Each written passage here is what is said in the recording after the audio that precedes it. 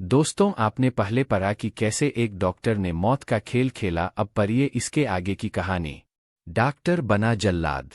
डा देवेंद्र कुमार फंस इसलिए गया था कि उसके और रानी के नाजायज ताल्लुकातों के सबूत वीरू के पास थे, नहीं तो तय था कि वह रानी को छोड़ देता। ये सबूत जो कभी सार्वजनिक या उजागर नहीं हो सकते, अब पुलिस के पास है। वीरू की ब्लैकमेलिंग से आजिज आ गए देवेंद्र कुमार ने उसे अपने यहाँ बतौर ड्राइवर की नौकरी पर रख लिया। पगार तय की 16,000 रुपये महीना। इस जघन्य हत्याकांड का एक विरोधाभासी पहलू यह भी चर्चा में है कि डॉक्टर ने वीरू को समझाया था कि तुम मेरे ड्राइवर बन जाओ तो 24 घंटे मुझे देखते रहोगे, इससे तुम्हारा शक दूर हो जाएगा। जबकि हकीकत में देवेंद्र कुमार वीरू की हत्या का खाका काफी पहले से ही दिमाग में बना चुका था। उसे दरकार थी तो बस एक अदद मौके की, जिससे वीरू नाम की बला से हमेशा हमेशा के लिए छुटकारा पाया जा सके। 3 फरवरी 2019 की सुबह वीरू देवेंद्र को कार से होशंगाबाद से इटारसी लेकर गया था। दोनों शाम कोई 4 बजे वापस लौट आए, लेकिन वीरू अपने घर नहीं पहुंचा। दूसरे दिन रानी ने फोन पर यह खबर अपने ससुर लक्ष्मीकांत पचौरी को दी। 5 फरवरी की सुबह लक्ष्मीकांत होशंगाबाद आए और बेटे की ढूंढाई शुरू की। रानी ने उन्हें इतना ही बताया था कि वीरू ने 2 दिन पहले ही देवेंद्र कुमार के यहाँ ड्राइवर की नौकरी शुरू की है। यह बात सुनकर वह सीधे देवेंद्र कुमार की कोठी पर जा पहुंचे और बेटे वीरू की बाबत पूछताछ की तो डॉक्टर ने उन्हें गोलमोल जवाब देकर टरकाने की कोशिश की। इस पर बुजुर्ग और अनुभवी लक्ष्मीकांत का माथा ठनकना स्वाभाविक था। उन्होंने डॉक्टर से उसके घर के अंदर जाने की जिद की तो डॉक्टर ने अचकचा कर मना कर दिया। इस पर दोनों में झगड़ा शुरू हो गया। बेटे की चिंता में हलकान हुए जा रहे लक्ष्मीकांत डॉक्टर पर वीरू को गायब करने का आरोप लगा रहे थे और डॉक्टर उनके इस आरोप को खारिज कर रहा था। झगड़ा होते देख वहां भीड़ जमा हो गई। इनमें कुछ देवेंद्र कुमार के पड़ोसी भी थे, जिनकी नज़रों में देवेंद्र कुमार पिछले 2 दिन से संदिग्ध हरकतें कर रहा था। इत्तफाक से इसी दौरान पुलिस की एक गश्ती गाड़ी वहां से गुजर रही थी, जिसके पहिए यह झगड़ा देख रुक गए। आखिर माजरा क्या है, यह जानने के लिए पुलिस वाले गाड़ी से नीचे उतरे और बात को समझने की कोशिश करने लगे। लक्ष्मीकांत ने फिर आरोप दोहराते हुए कहा कि डॉक्टर ने उनके बेटे को गायब कर दिया है और अब कोठी के अंदर भी नहीं देखने दे रहा। इस पर पुलिस वालों को हैरानी हुई कि अगर डॉक्टर ने कुछ नहीं किया है तो उसे किसी के अंदर जाने पर इतना सख्त ऐतराज या जिद नहीं करनी चाहिए। लिहाजा खुद पुलिस वालों ने अंदर जाने का फैसला ले लिया। कीमे के रूप में मिली लाश।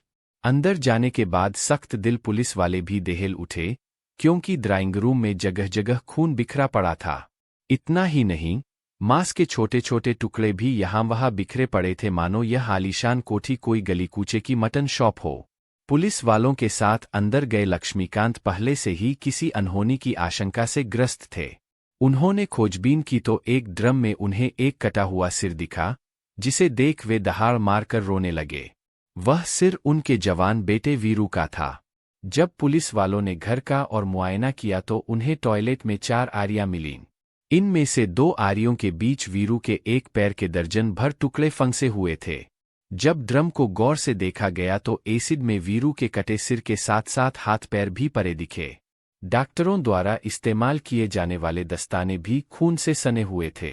इस हैवान डॉक्टर ने वीरू के शरीर के 4 से 6 नहीं बल्कि करीब 500 टुकड़े कर डाले थे। अब बारी देवेंद्र कुमार की थी, जिसने शराफत से अपना जुर्म स्वीकारते हुए बताया कि वह वीरू की ब्लैकमेलिंग से आजिज आ गया था, इसलिए उसने उसकी हत्या कर डाली। दरअसल 3 फरवरी को वीरू के दांत में दर्द था। यह बात उसने देवेंद्र कुमार को बताई तो उसने इटारसी जाते वक्त एक गोली दी, लेकिन होशंगाबाद वापस आने के बाद वीरू ने फिर दांत दर्द की बात कही तो देवेंद्र के अंदर बैठे ब्लैक स्टोन ने उसे बेहोशी का इंजेक्शन लगा दिया। इसी बेहोशी में उसने वीरू का गला रेता और फिर उसकी लाश के टुकड़े करने शुरू कर दिए। एक दिन में लाश को काटकर टुकड़े टुकड़े कर डालना मुश्किल काम था, इसलिए दूसरे दिन भी वह यही करता रहा और इटारसी अस्पताल भी गया था, लेकिन जल्द ही वापस आ गया था। जाते समय उसने वीरू के खून से सने कपड़े बाबई के पास फेंक दिए थे। दोनों दिन उसने घर की लाइटें नहीं जलाई थीं ताकि कोई मरीज न आ जाए। दूसरे दिन लाश के टुकड़े वह दूसरी मंजिल पर ले गया था। देवेंद्र कुमार अपनी योजना के मुताबिक काफी दिनों से एसिड इकट्ठा कर रहा था। चूंकि वह डॉक्टर था, इसलिए दुकानदार उस पर शक नहीं कर रहे थे और वह भी पहले से ही बता देता था कि वह स्वच्छ भारत अभियान के तहत एसिड खरीद रहा है।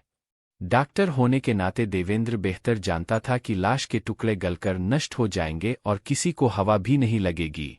लेकिन जब हवा होशंगाबाद, इटारसी से भोपाल होते हुए देश भर में फैली तो सुनने वालों का कलेजा मुंह को आ गया कि डॉक्टर ऐसा भी होता है। ऐसा हो चुका था और देवेंद्र कुमार खुद पुलिस वालों को बता भी रहा था कि ऐसा कैसे और क्यों हुआ। इस खुलासे पर सनसनी मची तो होशंगाबाद के तमाम आला पुलिस अधिकारी घटनास्थल पर पहुंच गए। पुलिस अधिकारियों के आते ही डॉक्टर की हालत खस्ता हो गई और वह ऊटपटांग हरकतें करने लगा। कभी वह गुमसुम बैठ जाता था तो कभी रोने लगता था।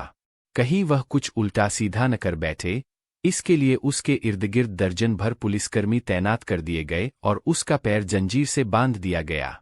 यह बात सच है कि सुनील अपना दिमागी संतुलन अस्थायी रूप से खो बैठा था।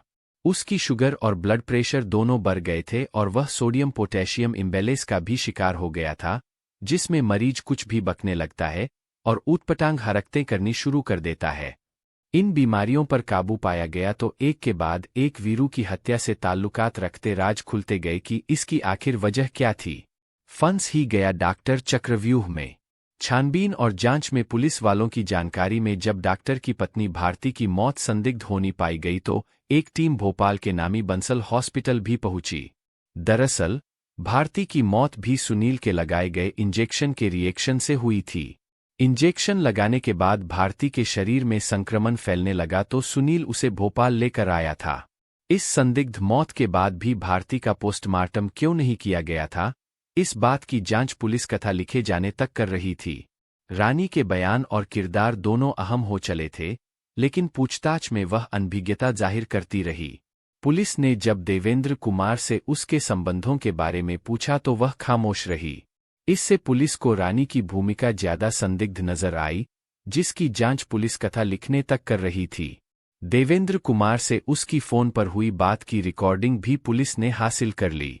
पुलिस ने मामला दर्ज करके वीरू की टुकड़े टुकड़े बनी लाश पोस्टमार्टम के बाद उसके परिजनों को सौंप दी, जिसका दाह संस्कार भी हो गया। कुछ सामान्य होने के बाद देवेंद्र कहने लगा कि हाँ, उसने वीरू की हत्या की थी, लेकिन अब अदालत में उसका वकील बोलेगा। रिमांड पर लिए जाने के बाद वह अदालत में असामान्य दिखा, जिससे उसकी हिरासत की अवधि लगातार बढ़ाई जा रही है। हालांकि सच यह है कि किसी अंतिम निष्कर्ष पर पुलिस तभी पहुंचेगी जब रानी मुंह खोलेगी। पुलिस भारती की मौत को भी संदिग्ध मानकर कार्रवाई कर रही है कि कहीं वह भी हत्या तो नहीं थी। सब कुछ मुमकिन है, लेकिन जिस तरह वीरू की हत्या देवेंद्र कुमार ने की, वह जरूर हैरत वाली बात है कि कोई डॉक्टर जो जिंदगियां बचाता है, वह इतने विभत्स, हिंसक और जघन्य तरीके से किसी की जिंदगी भी छीन सकता है। तो दोस्तों, और कहानी पाने के लिए हमारे चैनल को सब्सक्राइब करें और लाइक करें। ऐसे ही कहानी में आपके पास लाता रहूंगा।